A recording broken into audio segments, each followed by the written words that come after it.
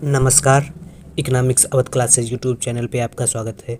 Daily MCQ class के अंतर्गत आज की क्लास में हम लोग अर्थशास्त्र से संबंधित लगभग 25 बहुविकल्पी प्रश्नों को सॉल्व करेंगे। यह प्रश्न आगामी शिक्षक भर्ती परीक्षा जैसे TGT, PGT, NET, KVS, NVS, GIC, LT, RPSC first grade, second grade exam, PhD entrance exam तथा बीपीएससी 3.0 एग्जाम के लिए महत्वपूर्ण हैं और यहाँ से प्रश्न एग्जाम में मिलने की संभावना है। जो सिलेबस में रहती हैं चीज़ें वहीं से लगभग टॉपिक से उन्हीं टॉपिकों से क्वेश्चन का रिवीजन हो रहा है। क्या क्वेश्चन है? 1 नंबर, निम्न में गरीबी के संदर्भ में कौन सा कथन सत्य है? इसमें देखना है कौन सा कथन सत्य है। कथन दिए गए हैं, फिर कूट दिया गया है, तो कथन अध्ययन करके कूट के माध्यम से हमें आंसर देना है। 1 नंबर कथन क्या कह रहा है? विश्व बैंक ने गरीबी को लोगों की एक अधिकतम जीवन निर्वाह के स्तर को प्राप्त करने की असमर्थता के रूप में परिभाषित किया है। 2, गरीबी मूलतः प्राप्तता से संबंधित है। 3, विकासशील देशों के संबंध में पहला वैश्विक गरीबी अनुमान वर्ल्ड डेवलपमेंट रिपोर्ट द्वारा 1990 में मिलता है। कूट 1 में क्या दिया गया है? केवल 1 तथा 2 सही हैं। 2 में क्या दिया गया है? केवल 2 और 3 सही हैं। सी में केवल 3 सही है और डी में 1, 2, 3 तीनों सही हैं। तो इसमें जो है केवल 3 सही है, बाकी 1 और 2 गलत है। गरीबी मूलतः प्राप्तता से नहीं संबंधित, अभाव से संबंधित है। तो इस प्रकार से इसका सही आंसर 1 का जो है यह हो जाएगा, यह है सी से आंसर सही है, केवल 3 सही है। विकासशील देशों के संबंध में गरीबी मापने का पहला अनुमान जो है वर्ल्ड डेवलपमेंट रिपोर्ट द्वारा 1990 से मिलता है। अगला, आय गरीबी इनकम पावर्टी को दिया, तो इनकम पावर्टी को किसने दिया था? विश्व बैंक द्वारा दिया गया, यूएनडीपी द्वारा दिया गया, आईएमएफ द्वारा दिया गया, विश्व व्यापार संगठन द्वारा दिया गया। तो आय गरीबी जो है यूएनडीपी द्वारा दिया गया था। यूनाइटेड नेशनल डेवलपमेंट प्रोग्राम द्वारा आय गरीबी की अवधारणा सबसे पहले दी गई थी। 2 का सही आंसर बी है। अगर आय गरीबी की बात की जाए, आय गरीबी जो है मुख्य रूप से जीवन यापन के लिए जो आधारभूत आवश्यकताएं हैं उन आवश्यकताओं के वंचन से संबंध रखती है आय गरीबी। आय गरीबी मुख्य रूप से किससे? जीवन की जो मूलभूत आवश्यकताएं हैं उन आवश्यकताओं के वंचन से संबंध रखती है आय गरीबी, और आय गरीबी की अवधारणा सर्वप्रथम यूएनडीपी द्वारा दी गई थी। अगला क्वेश्चन है 3 नंबर, यदि मनुष्य जीवन निर्वाह की आवश्यकताओं भोजन तथा कपड़ा की पूर्ति नहीं कर पा रहा है तो वह बहुत गरीब है। इस प्रकार की गरीबी को क्या कहते हैं? तो इस प्रकार की गरीबी को आय गरीबी कहते हैं। तो रोटी, कपड़ा और मकान अगर नहीं मिल पा रहा है मनुष्य को तो उसे आय गरीबी के अंतर्गत रखा जाता है। इसके अलावा जो मानव गरीबी है, तो मानव गरीबी एक प्रकार से कह सकते हैं कि व्यक्ति जो संतोषजनक जीवन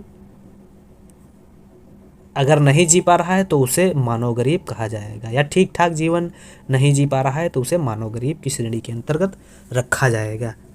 अगला क्वेश्चन है 4 नंबर क्वेश्चन, यदि मनुष्य को संतोषजनक जीवन, दीर्घायुता तथा स्वस्थ रहन सहन के स्तर से वंचित रहना पड़े तो उसे यूएनडीपी ने कौन सी गरीबी कहा है? मानव गरीबी, आय गरीबी, विषमता गरीबी, कोई नहीं, तो उसे मानव गरीबी कहा जाता है। 4 का सही आंसर ए है। अगला 5 नंबर क्वेश्चन, गरीबी के संदर्भ में तेंदुलकर कमेटी ने अपनी रिपोर्ट कब सौंपी?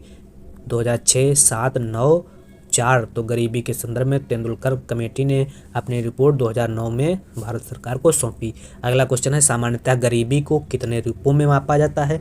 तो गरीबी को सामान्य रूप से कितने सापेक्ष और निरपेक्ष 2 रूपों में मापा जाता है। तो ए और बी दोनों सही हैं। सापेक्ष गरीबी क्या है? जो अगला 7 नंबर क्वेश्चन, यूएनडीपी ने गरीबी को निम्न रूपों में वर्गीकृत किया है। तो यूएनडीपी ने गरीबी को सापेक्ष गरीबी और निरपेक्ष गरीबी दोनों रूपों में वर्गीकृत किया है। तो ए, यूएनडीपी ने ए संपूर्ण रूप से गरीबी यूएनडीपी ने गरीबी को, ए तथा सी सही सही है। सापेक्ष निरपेक्ष और संपूर्ण रूप से गरीबी, ए तथा सी सही है। 7 का अगला 8 नंबर क्वेश्चन है, विभिन्न आय वर्गों के बीच कितनी विषमता है, यह अनुमान गरीबी का निम्न के अंतर्गत किया जाता है। तो विभिन्न आय वर्गों के बीच कितनी विषमता है या गरीबी है, तो इसका संबंध जो है सापेक्ष गरीबी से लगाया जाता है। 8 का सही आंसर बी है। अगला 9 नंबर क्वेश्चन है, सापेक्ष गरीबी को मापने में मुख्यतः निम्न विधियों का प्रयोग किया जाता है। तो सापेक्ष गरीबी मापने के लिए लारेंज वक्र और गिनी गुणांक दोनों विधियों का प्रयोग किया जाता है। सापेक्ष गरीबी मापने के लिए और निरपेक्ष गरीबी मापने के लिए निर्धनता रेखा का प्रयोग किया जाता है। सापेक्ष गरीबी मापने के लिए लारेंज वक्र और गिनी गुणांक का प्रयोग किया जाता है। लारेंज वक्र विधि तथा गिनी गुणांक विधि। लारेंज वक्र को 1905 में मैक्स लारेंज द्वारा विकसित किया गया था और गिनी गुणांक 1912 में इटालियन सांख्यिकी जो है कोरेडो गिनी द्वारा विकसित किया गया।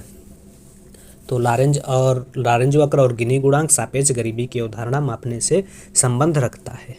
अगला क्वेश्चन है 9 नंबर, सापेक्ष गरीबी को मापने में मुख्यतः निम्न विधियों का प्रयोग। तो ये हो गया 9 नंबर, ए था बी दोनों सही हो जाएगा। 10 नंबर क्वेश्चन है, लारेंज वक्र को में मैक्स ओलारेंज ने विकसित किया, किस वर्ष में मैक्स ओलारेंज ने विकसित किया था? तो 1905 में मैक्स ओलारेंज ने सापेक्ष लारेंज वक्र को विकसित किया था। लारेंज वक्र सापेक्ष गरीबी मापने का एक महत्वपूर्ण उपाय है। अगला है गिनी गुणांक को में इटालियन सांख्यिकीविद कोरेडो गिनी ने विकसित किया था। तो 1912 में गिनी गुणांक का विकास किया गया था। लारेंज वक्र का अधिकतम एवं न्यूनतम मान कितना होता है? तो लारेंज वक्र का अधिकतम मान 100 एवं न्यूनतम मान 0 होता है। तो 100 तथा 0 के बीच में होता है, बी सही है 12 का। अगला 13 नंबर क्वेश्चन क्या कह रहा है, लारेंज वक्र के संपूर्ण समता रेखा होती है। तो लारेंज वक्र में संपूर्ण समता रेखा जो है वह 45 अंश पे होती है। 45 अंश का मतलब हुआ जैसे यह लारेंज वक्र यह रेखा है, तो यह रेखा जो है निरपेक्ष समता रेखा है और यह 45 अंश पे बनी हुई है। यह जो है लारेंज वक्र की रेखा है। और बाकी अगर गिनी गुणांक इसी से निकाला जाए तो छायांकित क्षेत्रफल यह जो हो जाएगा, यह वाला क्षेत्र छायांकित क्षेत्रफल बटे संपूर्ण समता रेखा के नीचे का क्षेत्रफल। मान लेते हैं कि बी डी सी, तो छायांकित क्षेत्र को मान लेते हैं ये ए है छायांकित क्षेत्र, तो गिनी गुणांक हो जाएगा ए बटे बी सी डी हो जाएगा, यह गिनी गुणांक हो जाएगा। तो अगला क्वेश्चन क्या कह रहा है, इसमें 45 हो जाएगा, 45 अंश हो जाएगा 13 का। अगला 14 नंबर क्वेश्चन क्या कह रहा है, 14 नंबर क्वेश्चन, यदि लारेंज वक्र में जिस चर का मूल्य मापा जा रहा है उसका मूल्य ऋणात्मक नहीं है तो क्या होगा? लारेंज वक्र पूर्ण समता रेखा के ऊपर बढ़ेगी, पूर्ण असमानता रेखा के नीचे नहीं जा सकती है। लारेंज वक्र बढ़ता हुआ तथा उत्तल होगा। निम्न कोट में कौन सा सत्य है? तो इसमें सत्य जो है फर्स्ट और थर्ड है। फर्स्ट का मतलब लारेंज वक्र पूर्ण समता रेखा के ऊपर उठेगी। क्या कह रहा है, यदि लारेंज वक्र में जिस चर का मूल्य मापा जा रहा है उसका मूल्य ऋणात्मक नहीं है तो लारेंज वक्र पूर्ण समता रेखा के ऊपर उठेगी, यह नहीं होगा। बी सेकंड नंबर, पूर्ण समता रेखा के नीचे नहीं जा सकती, तो पूर्ण समता रेखा के नीचे नहीं जा सकता लारेंज वक्र। लारेंज वक्र जो है पूर्ण समता रेखा के नीचे नहीं जा सकता है। बाकी इसके अलावा लारेंज वक्र बढ़ता हुआ तथा उत्तल होगा। लारेंज वक्र बढ़ता हुआ तथा उत्तल होगा। इसमें सही जो है डी सही हो जाएगा, सेकंड और थर्ड सही है।